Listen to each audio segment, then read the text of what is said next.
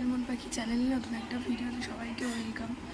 তো কালকে দেখেছিলাম আমার শরীরটা খুব খারাপ, আজকে আরও বেশি খারাপ হয়ে গেছে। মানে কালকে জ্বর ছিল আর আজকে দেখো গলা ভেঙে গেছে, মানে গলা থেকে কিছু বলবো সেই ক্ষমতাটা নেই আমার।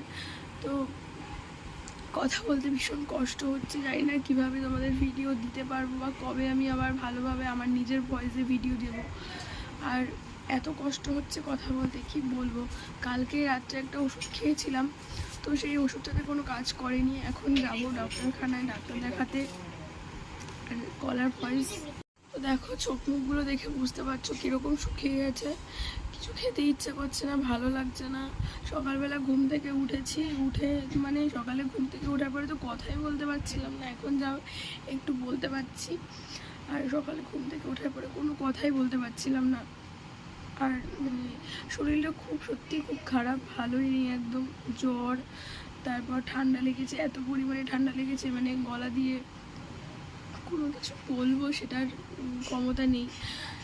আর দেখো কি অবস্থা হয়ে পড়ে রয়েছে এখন ঘরে, মানে এত গরম পড়েছে আমাদের এখানে। তো সেই ঠান্ডা গরমে আজকে এই অবস্থা আমার, মানে এত গরম পড়েছিল, 2-3 বার করে স্নান করেছি। তো ওই স্নান করতে করতে আজকে এই অবস্থা।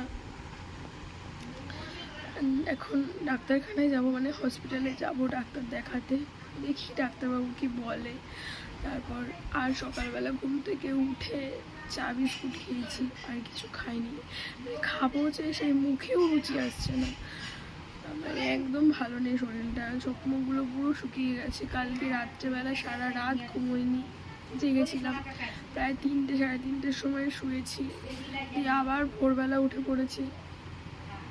খুবই কষ্ট হচ্ছিল, এখনও খুব কষ্ট হচ্ছে, মানে কথা বলতেও খুব কষ্ট হচ্ছে। তোমাদের যে কীভাবে কবে ভয়েস দিয়ে ভিডিও দেবো সেটা আমি নিজেই বুঝতে পারছি না।